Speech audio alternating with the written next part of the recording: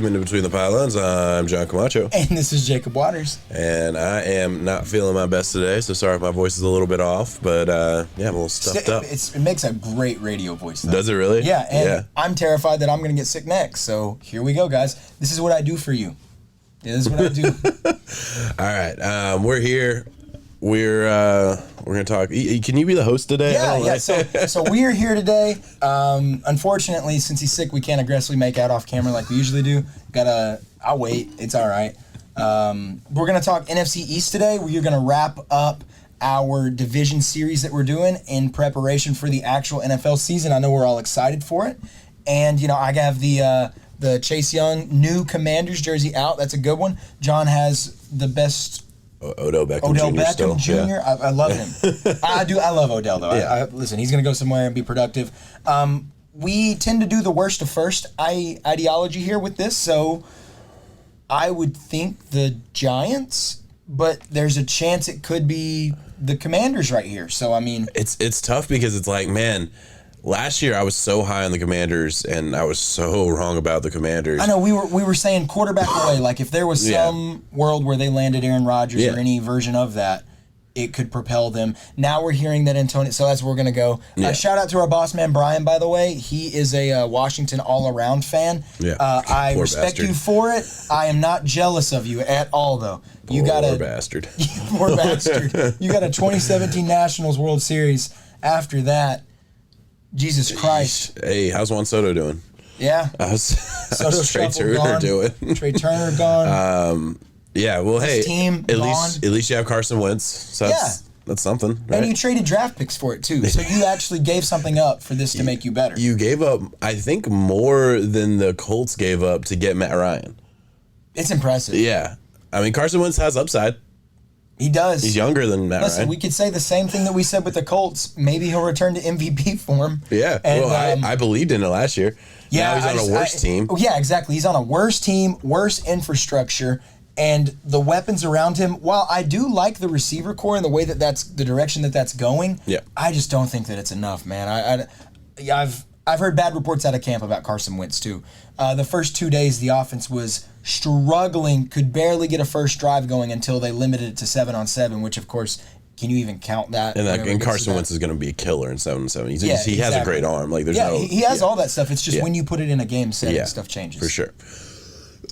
All right. So the first thing that I think, because Carson Wentz is his own story, and it's like, we all remember MVP level Carson Wentz before he broke his or tore his ACL with the Eagles. He's never gotten back to that. We expected to see something last year. Goes down to the wire. All he has to do is beat the Jaguars in week 18, I think, and they're in the playoffs. Can't get that done. And now here we are with the Commanders. And really, last year, we thought the defense was going to be a lot better than it was. The defensive line, as good as it was, maybe there was a depth issue. I don't know what the issue was, but as good as it was on paper, it wasn't that great. I think we thought the secondary was going to be better, wasn't that great. But we'll keep it on, because we try and focus on fantasy and offensive production and things like that. So we'll look at that first before we go to the rest of the team here. Antonio Gibson in a really weird spot. I don't know what to think of him. Yeah, it's incredible because a year ago, he was the dude everyone was really excited about, and he was supposed to be the number one. And throughout the season, it was like, okay, he's still talented. I don't really ever remember watching Washington and thinking he wasn't talented or he wasn't good.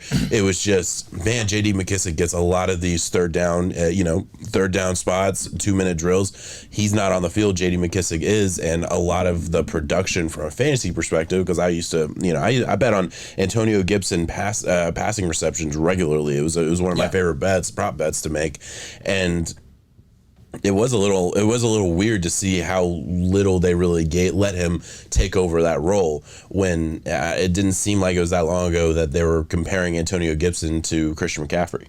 No, that's coming from the head coach, Ron Rivera itself, saying that that's what he sees out of him. And now we're getting story after story saying that he's blocking for punts. He's all over special teams units. Yeah, that's good to be that guy, but that is not anywhere near the level of what we saw Antonio Gibson. You don't let your star, if he's your star, go out and do that. So regardless of whether he ends up being RB1 on this team, it shows you the overall role that you think that he's hit.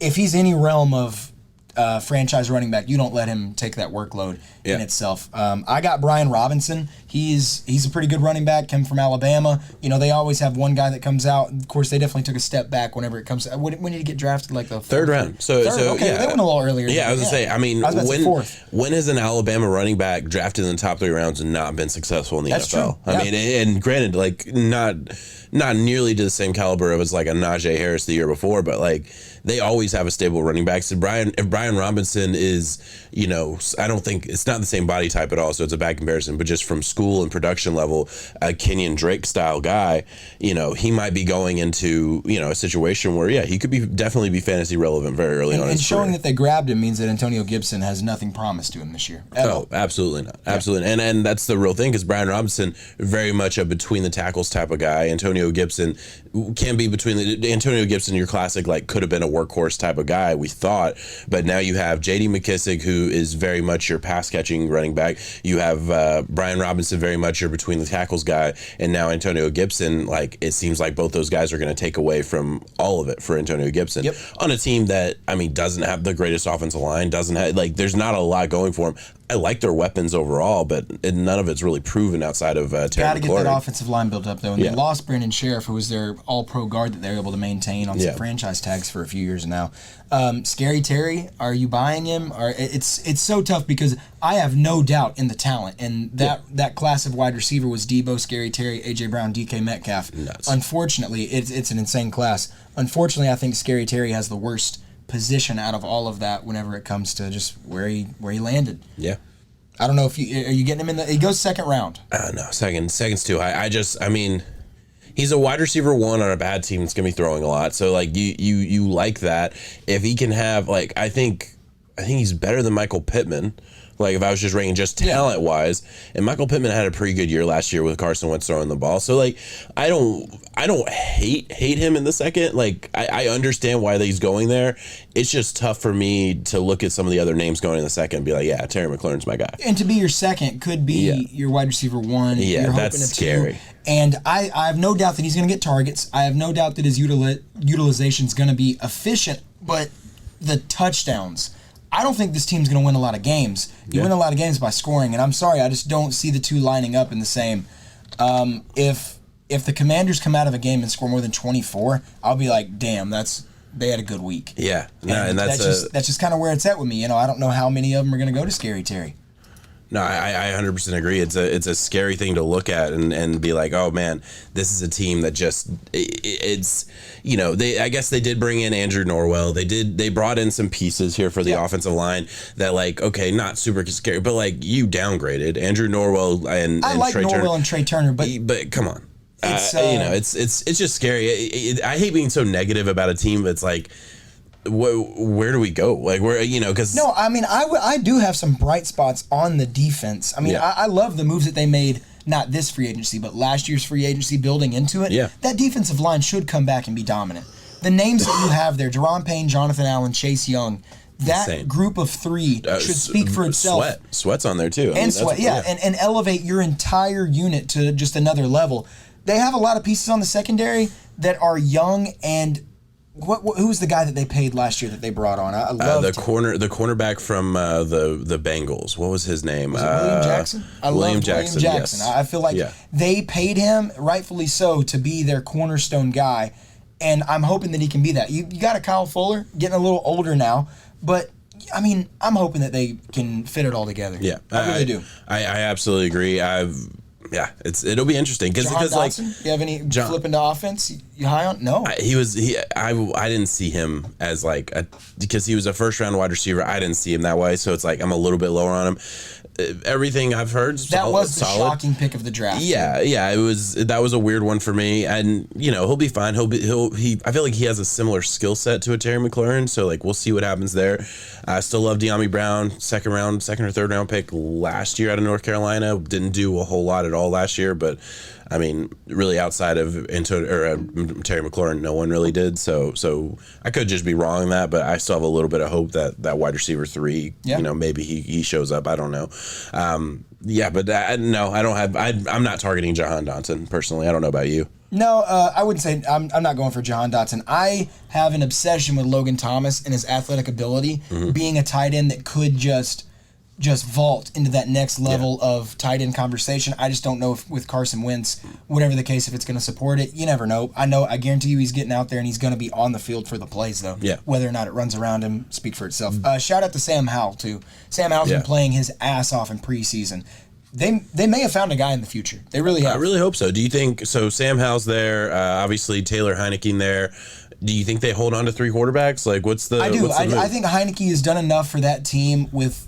Yeah, I would hope that, I know it's a business, but I would hope that there's just a tad bit of loyalty that could go to Taylor Heineke, knowing Ron Rivera's system, and Carson Wentz being a very injury-prone quarterback he's going to miss a game or two here. Sam Howell may not be ready to be that guy. Keep him under your wing and let him be the future. Let Taylor Heineke be Carson Wentz needs 2 weeks off. Yeah, I mean, I wouldn't disagree with you if you sat here and said he's the most injury-prone quarterback in the league. Yeah. I mean, it's really high up there. Carson Wentz. I don't know if he's played a complete season. He's missed. Yeah. I mean, he's tough, but man, he puts himself in danger. That's all I have for Washington. Anywhere else you want to go with it before we move on? Record prediction. Give me a window. I don't. It doesn't have to be concrete, but like a 4-6. Are they going to be maybe getting close to 7 somehow, or what's the ceiling floor? I think I would have said 5 to 7. I think that's kind of where I would have been. I would with put them at 5 to 7. Do you want me to? I can pull up their over under here real quick if you want to filibuster for a second. I can do it because I want to paint a good picture for them. Okay. And I guess that there is a way with you have the Giants. Maybe there's a world where you can split one with the Cowboys or Eagles. I doubt that. It's unlikely. Those two teams look like they're going to be headlining for this division right now. But I'll say that this division in years past has a lot of upheaval. There's usually not a team that comes in and just kills it and crushes it. 9-10 wins can take this thing. Don't think this team's going to have a wild card represented, though. Yeah, I don't either. Wow. Line's at 8.5. Under juice, though. Under juice major to minus 170 on the site we're at, but yeah, I mean, there's no chance I'm betting the over there. No, I would take the under. Anyway. Yeah, I'd sleep pretty easy at night. Yeah, I do too. I think I'm gonna write that one down because even if I go, because I mean, there's a lot of sites out there. If I can go find one that's at 7.5, I still probably take the under there. Yeah, I do too. Like I said, I mean, it wouldn't shock me, but 9 shocks me. Yeah. 9, I'm looking like, and I would say if you're a Washington fan, you're sitting there going, wow, like Carson Wentz must have done pretty good. Games. Yeah, exactly. That's sure. Run it. Yeah. All right, let's move on to another team in this division that feels like over the past 5 years have been in kind of a similar spot, kind of stuck in the mud from a franchise perspective here. New coach, new identity defensively. Hopefully can make the old work with a Daniel Jones here, Saquon Barkley. I could sit here and make an argument for the pieces here on paper, but what are your thoughts for the New York Giants? I'll be honest, I liked what Joe Judge was doing when it came to building the roster for a while. They attacked the offensive line. They tried their best to get some, rotational veterans in there on defense. And I feel like whenever you're trying to rebuild like that, they took, they had to work with Daniel Jones. And I'm not going to sit here and write off Daniel Jones. I don't think that he's really had a fair shake either. There's been flashes that we've seen, and those flashes can contend with the best in the NFL. Yeah. There's just been more times of inconsistency, and that's what keeps him in this realm of now we're hearing with Dayball that Tyrod Taylor is swapping in and out for first-team reps just because Tyrod's that guy who can come in. He's not going to win you any games, but there's a chance he may not lose you games. And unfortunately, Daniel Jones puts you in spots sometimes where he can. I saw one interesting article that was comparing Josh Allen's first 3 years and Daniel Jones. Daniel Jones is just a percentage better than Josh Allen was in his first 3 years. And it goes back to that whole headline of, we were ready to write off Josh Allen there for a minute. A lot of people were, like he's a bust, he's not going to work, the next guy, he's got to prove it here, blah, blah, blah, blah, blah. Yeah. I'm just saying, there's a chance. It just sucks because I don't think he has the pieces around him for it to succeed. Yeah, I don't think he has the pieces around him, and also the Josh Allen thing because I don't want to. I'm not a Daniel Jones hater. I like Daniel Jones, but Josh Allen had so much untapped potential coming out of school. That was the whole thing about him. He was. I mean, he is what he is now, but he had all of that in college. It just wasn't accurate, and it was it just wasn't all put together. Yes. I look at Daniel Jones very much more like a, Kirk Cousins. Yeah, Kirk Cousins. That's a perfect example. Yeah, Kirk Cousins. Maybe I consider Derek Carr a little bit better than Kirk Cousins. I would say like a Derek Carr is maybe his ceiling. Maybe he gets to that point. But I don't see the natural physical ability to the level of a Josh Allen. So it kind of almost scares me there to make that comparison, because it's like, man, I don't think he's getting there. But I do think there's he talent. Takes off on those read options though. Yeah, for sure. There is talent. He has a real opportunity to be a franchise quarterback in this league. It just really sucks when Saquon Barkley is supposed to be the centerpiece of the team and he's often injured. And your wide receiver core, you got Kadarius Toney, who I haven't heard a lot from in camp. Kenny Golladay just hasn't really done anything since getting signed. $19 million. Yeah, and really, Sterling Shepard, an okay wide receiver core, but nothing special. No, and that's that sucks when. And then I add to that, he had the worst offensive line that we've seen in years last year, and it's a little bit improved, but it's not all the way improved. It's not fixed. That's the thing. They've addressed it and made picks at that position, but they just haven't hit. Andrew Thomas struggled early on. They've been bouncing him around different spots on the offensive line, and that's an early sign. If you take an offensive lineman in the top 10, and after the first year you're bouncing him around, they know something. Yeah, maybe he can find his footing and keep it going. But when you draft a guy to be a cornerstone tackle and you're having to bump him to guard, or maybe try him over at right, or then you don't really want that rotational piece. So that's just what they're doing. It's interesting. The Kayvon Thibodeau thing was a little bit sad. Seeing he's going to be okay. He's going to be okay. MCL. The hit was a little weird. People are arguing if it was it was illegal, but within the framework of the rules, it was legal hit, but it was a little bit dirty. So that was unfortunate to see him go down. Hopefully he bounces back and has a stronger season than the preseason, because his preseason has been a little bit underwhelming. Same for Evan Neal. They're setting. They had the 5th and 7th pick in the draft. Both picks underwhelming so far, and that's unfortunate to hear. I feel like draft night we were thinking, wow, like good job. Wan'Dale Robinson out of Kentucky in the 2nd surprised me, really did. I've heard good things out of camp though. Preseason wise, he's been a little slow in game action. That's just because their offense has been struggling as a whole though the whole way through. Doesn't matter what group they're putting out there. It's been pretty rough for him. I hope Tibb can fix it. I liked him a lot. With the physical prototype out there. And the main thing that they need, though, less than Tibb, they need Evan Neal to hit. They need to get that offensive line going, and they need to figure out what they're going to do with Daniel Jones. Yeah, it's a big year. It's unfortunate for Daniel Jones to have the framework that he has in a prove it year, kind of. Can't help but think Dayball, it's a lame duck year, right? Yeah, Dayball wants his guy. Yeah. Next year's supposed to be a better quarterback class than this year, and you have to imagine that if Dayball has the opportunity, he'll probably move on and go get his guy, probably and then ready for a Bryce Young or CJ Stroud. Yeah, and that buys Dayball 2-3 years to prove that he can do it, because that's what it took for Josh Allen. It wouldn't. There's that would make a lot of sense to me. Let's move on to the rest. Let's take a fantasy look at this real quick here. Daniel Jones, I think we know what he's going to be pretty much from a fantasy perspective. Low end quarterback option. Saquon Barkley is the biggest fantasy piece that we have to talk about. Nobody else on that roster from a running back perspective to overtake. He is a workhorse running back.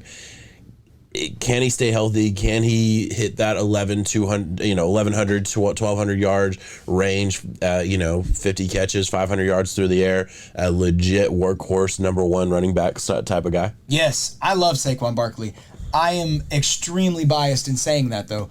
I get hung up on the physical gifts that he has and the talent. He is the most athletically gifted player on that field almost every single snap. Give it that, yes, the Giants don't have a lot of people to compete with that, but also the defense, Saquon can outrun you, he can outjump you, he can juke you, he can just run straight down the field. A lot of critics get onto him for going more east-west than north-south. He said that in an interview recently that he's heard that, he's addressed that. He was trying his best, the way the interview sounded, was to deflect off of the poor infrastructure around him at offensive line. Yeah. And basically, it felt like he wanted to say, well, what the hell do you want me to do? Go fall forward for a yard? Yeah. But he said that he heard the critics and he's going to try his best to go more north-south. I have no doubt with his ability. It's there, health intact. There's no way that he's not an RB1. Yeah, I don't think Barry Sanders is having a stellar career behind this offensive line. Like I don't make a highlight, but damn. yeah, I don't. Yeah. I just don't think there's anybody you put behind this offense. At least the past couple of years offensive line, not this new iteration this year, because I don't know what to expect here. But the offensive line that they have had, it's no wonder he's gotten hurt. It's no wonder that he struggled from a statistical standpoint. He is still incredibly talented. It's just difficult when you look at the running back shelf life that is already so small, and then the chunk of his career that's been dedicated to injuries and bad O-line play. It's incredibly unfortunate for him, the player, and it's unfortunate for the fan too that we haven't gotten to see a supreme talent at the top of his game. I think it dates back to whenever they took him in that 2017 or 2018 draft. I can't remember off the top of my head.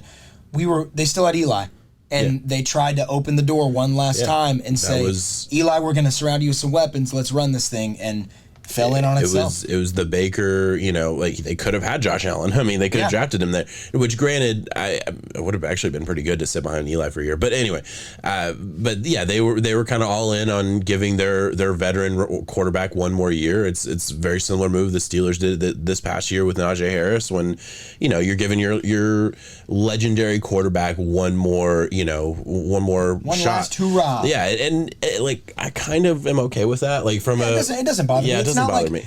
Don't get me wrong, Eli Manning was nothing to write home about at that point in his career. But the Giants did just come off of winning that division. It was ugly. It was 9-7. That's where the yacht picture came from. Odell Beckham and all of his teammates out there. That was a couple years previous. But they had a little bit of hype around him from this, New York Giants being semi-decent, contending every now and then. And they tried to keep it going. You can't really knock them for that because if you could show them where they were at now, I mean, shit, I feel like they were going to get there regardless. Because Baker Mayfield would have been off the board, but does drafting Sam Darnold? It would have been Sam Darnold. Does drafting Sam Darnold really change things? Probably. We've seen that. We know the answer is no. He might have. I have high hopes for Saquon. I hope that he can right the ship and get it going. He's on a contract year. Mm-hmm. If you're telling me that he has added motivation to prove himself even more, I mean, that man is just a gift from God on talent. I think he's going to put it to paper and have it happen. I do not think he will be a Giant next year, though. You get to target one wide receiver on the Giants. Who are you targeting? Kadarius Toney. Okay. Kadarius Toney is electric. He is exciting. And in a PPR league, I think he is guaranteed enough touches to where, he's going to see some bubble screens. He's going to see some slants. I think he's going to get 6 to 7 targets a game. Let's hope he gets 4 to 5, reel them in, and then maybe make some people miss and you can get lucky with it. Yeah. I just cannot guarantee Kenny Golladay anything else. I was really, really wrong about Kenny Golladay whenever he left Detroit Lions. Yeah. I felt like him and Marvin Jones' departure was like, those are two good pieces who have been on a bad team for years. That's what I was saying, and I was like, they're ready to go off and do their own thing. Marvin Jones did nothing in Jacksonville. And Kenny Golladay has looked lackluster, man. And, I mean, it just goes to show, who's throwing him the ball in Detroit? Yeah, it's true. Matthew Stafford. We so underrated Matthew Stafford for so long. All right. I don't really have anywhere else to go. I agree with the Kadarius Toney take. Over under 7.5. Where are you going? Ooh. Okay. Under on the Commanders, under on the Giants. Yeah, I'm under. I don't have any. That means so Cowboys off the top would be 10. Then, and I bet Eagles would be 9.5 or 10. But if they get 11, you're winning that division. Let's look at Dallas Cowboys at 10.5 and the Philadelphia Eagles. Let me find it here. 9.5. Okay. Yeah, so they have the Dallas Cowboys winning the division, which I guess is fair, even though the Eagles, I feel like, are like the fan favorite to win this division. The Eagles are very popular. There's a lot of Cowboys haters out there. Yeah, there definitely are. Let's go Philadelphia Eagles next. Yeah. New offense, new world here with Philadelphia Eagles. Where do you want to start with Philly? We got to start with A.J. Brown. We talked about it whenever it was on the AFC South when it comes to bashing the Titans. Yeah. Now let's give our flowers to the Philadelphia Eagles for pulling that off. Yes. I feel like it was a great move. Considering that Jahan Dotson went 2 picks before they made this trade for A.J. Brown, I just think if you're comparing name value alone, A.J. Brown clicks in that system. I think it's going to be good. I love that they're committed to building around Jalen Hurts. He may not be the most prolific passer. He is exciting, though, and I think he is a leadership guy that the team can rally around. And I like some of the pieces. I really do. Fantasy-wise, I'll give a quick shout-out to nobody in that running back game. I don't want to touch any of you. And I was wondering if you did, if there was what you're going for. You know, we did our draft last night with our keeper league, and, you know, we got later down in the draft. Kenneth Gainwell was on my list. He ended up getting drafted before I got to take him, but he was, like, I had, like, I think there was a point where I had, like, 5 to 7 running backs that were, like, on my list in, like, the late rounds that I was looking to stash. He was one of them. Didn't end up getting him. It's fine. Not breaking my heart in any way. He's really the only guy that I look at. Like, I'm not drafting Miles Sanders in the 4th or 5th round. That's just too high for me. No. We all felt the same about it. He slid to about the 5th. I think late 5th or something. Dallas Goedert, pretty big bright spot for you? Yeah, love the Dallas Goedert. It's just, to me, I feel like last year would have been the year if he was going to truly break out as a superstar tight end. I get that. People now said he was going to have a Kittle type jump. Yeah, now it's like, okay, he's a streaming tight end if you're in that position, which there aren't. If you're in a 12-team league, there are not 12 tight ends that you can start weekly. So yeah, if you're in one of those teams that doesn't have one of those top guys, yeah, you stream them. You're very well aware. You're very well aware of I cannot talk. I'm so sorry, guys. It's okay. Dallas Goedert, you're very well aware of. You know, Mike Gesicki, all these tight ends that you would never want to start for a season, but can have good weeks here and there. I get that. Just depending. Can Jalen Hurts support 2,000-yard receivers? No, I don't think so. I don't think so. Who's the name that you get? Yeah, I mean, mine's Devontae. Yeah. I think that the chemistry that the two of them have with his route running is flawless. I love A.J. Brown a lot too. He has a good skill set where he's going to come into play, but I think Devontae's going to be the favorite. Yeah, I kind of agree with that. I would probably go Devontae over A.J. Brown, but that's close. I mean, they're both really good. I think A.J.'s a better wide receiver. 1-2. Yeah. But Devontae, familiarity. Yeah, for sure. And I really liked him mid-season. I felt like he wasn't getting enough targets at a certain point last year. So it'll be interesting to see. I think if I was setting the line, I would put the favorite on A.J. Brown, but like I guess I'm just looking at, man, he's been around Devontae Smith longer. Devontae Smith is still a really good talent coming out of Alabama last year. I think I'd probably go Devontae. That's a tough one, though. Jalen Hurts, I know you already mentioned it. I just wanted to circle back there just for a second. Very impressed. I feel like every year he's gotten a little bit better as a passer, and I still don't see him as like a legit pocket passer in the league. But from a fantasy perspective, great value because he's going to have those rushing yards. I have him down for about 700 rushing yards, 7 touchdowns. Like that's a huge like on the ground advantage for a quarterback in fantasy specifically.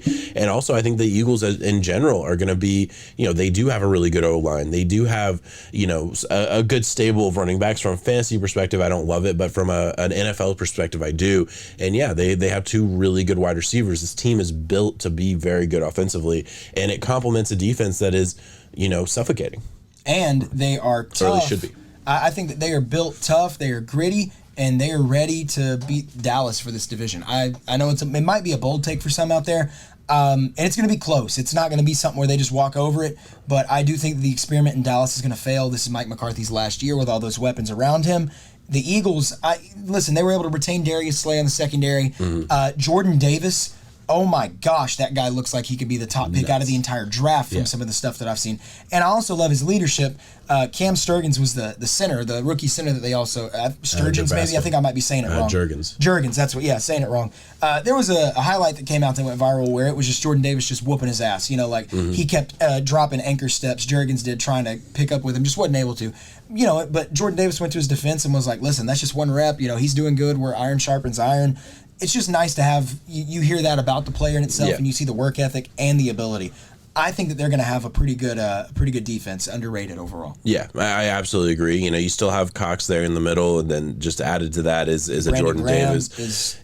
I mean, damn good, nuts. Yeah, their whole team. I mean, it's gonna be fun to watch. They were able to get a James Bradbury, who the Giants just kicked out of town, just for the money purposes. Anthony Harris, I loved him whenever he was in Minnesota. They had him last year. They were able to bring him over on a pretty low deal for what it was. Mm-hmm. They have pieces there. For sure. They have pieces. For sure. Very, very exciting to see.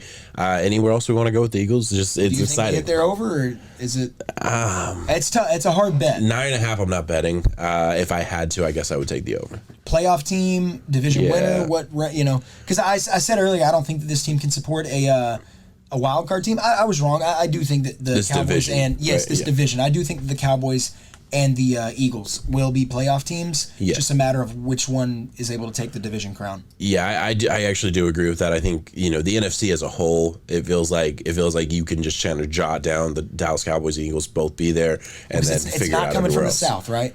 Unless it's the Saints. Yeah, probably Panthers, not. Falcons out, so Saints maybe. Packers will win. Most likely. Vikings have a I want shot the at Vikings. it, I yeah. think Vikings have a shot at it, and then we're missing the Then West. Rams, 49ers, one's coming out. They're both going to the playoffs. Rams, And 49ers Cardinals. for sure, and Cardinals have a chance. Yeah. There's definitely going to be a team in the, it wouldn't absolutely shock me if Eagles or Cowboys miss the playoffs. I want to say they both. Are the Vikings better than the Eagles or Cowboys? Or is it close? It's tough. Yeah. That's tough. I don't know. I really don't have an answer there. For some reason, I feel like we play Dallas every damn year. I don't know why. Seems like it, Yeah. We'll see then. Yeah, that's a good question. If you have an opinion there in the comments, I don't know if the Vikings are better. Do you have a I strong think it opinion? depends on what day the game's played. Or what? Is it prime time? Yeah. Thursday night, Monday night? If it's a Sunday night game, or Sunday afternoon game, I'll 12 tell you who's o'clock. winning. Yeah, Vikings got that. We would bass at noon. That's a tough one. All right, we'll end it here with the Dallas Cowboys. Where do you want to go with the Dallas Cowboys? I want to go to CDC. CD Lamb. Sorry, my fantasy name is CDC Guidelines. Yeah. I like it. It's a good one. I have a little amoeba as the emoji Great. on there. It's badass. I like it. Took CD Lamb, number 5 overall in our draft last night. Yes, albeit there's some keepers left out and whatnot. For what it is, I am 100% in on the belief that CeeDee Lamb could end up being a wide receiver, not just a wide receiver 1 as in like 1 through 12. I think he could be the number 1. I have Dak throwing for at bare minimum 4,500 yards in this pass-heavy offense. There is no reason to think that CeeDee Lamb won't command the amount of targets and attention to get that done. I'm assuming a big step up, of course, from year 1 to 2, now in 3, but there's nobody else there to take away from it. Amari's gone. Michael Gallup is still struggling to come back off of injury. Yep. I'm all in on it. Yeah, it's hard to argue with that. You got James Washington comes from the Steelers. That's not something that scares you. Dalton Schultz is going to get his in the slot as a tight end, but not going to really affect CeeDee Lamb, I wouldn't think. And Elliott is aging. Tony Pollard looks like he's taking over as the starting running back there. But overall, you look at this team, it probably should go through Dak Prescott and CeeDee Lamb. That's how this offense should be built, and it won't surprise me a bit if you're absolutely right there. I passed on him. I took Devontae Adams ahead of him, but it was a genuinely difficult choice. I was struggling there. I took Adams with the Derek Carr connection and just went that way. You got Tony Pollard too. Yeah, I did take Tony Pollard, and I think I got the better running back, and I got him a lot cheaper. It's so hard to say. I never know what people like. There's been this belief that Tony Pollard's going to take over since 2 years ago. Last year was probably the most, I guess, the best example that you have of him being able to do that. But I still think it's feed Zeke time. They chose to pay Zeke instead of bolstering up the defense where they did. I can't help. Jerry at least knows the X's and O's enough to know they're going to use him. Let me rephrase. I think I got the more talented running back at this point in their career. Oh yes, I'm not 100% confident that Pollard will take over or anything like that. I hope he does. I got him in a spot where if he doesn't, that's fine. I have a high upside handcuff, but that's fine. You know what I mean? I think I drafted Pollard in the 9th round, the 7th to 8th. It was a good pick. Yeah, so it wasn't so early that I couldn't afford to not get him. But I'm looking up this Cowboys guy. Do you know the name of the punt returner that I'm blanking for some reason? No, I don't know what you're talking about. He was the MVP of the USFL. Oh, and I am disrespecting him by not. Kevontae Turpin. Okay. Kevontae Turpin, he had a kickoff return touchdown and a punt return touchdown in their last game. Really? He was the USFL MVP on the, just MVP in general, but his special teams is what really elevates his game to the next level. Put out a tweet and said, if I get my shot in the NFL, I will lead the league in punt return touchdowns. Dallas has him. He's electric. He really is. That's exciting. He is electric. That's a cool, I didn't know about that. It's a good little tidbit to throw out there. And guys like that are game changers. We just saw the Hall of Fame vote unfortunately go against Devin Hester on first ballot. I do think that in the realm that you take Devin Hester as a punt return specialist, he should have been in there based off of that regard, not as a wide receiver. Take him for what he is. He is a Hall of Famer in that. There's a chance. It translates. That ability from punt return in the USFL, it showed up on preseason night, and I'm sure he is going to make some plays this year.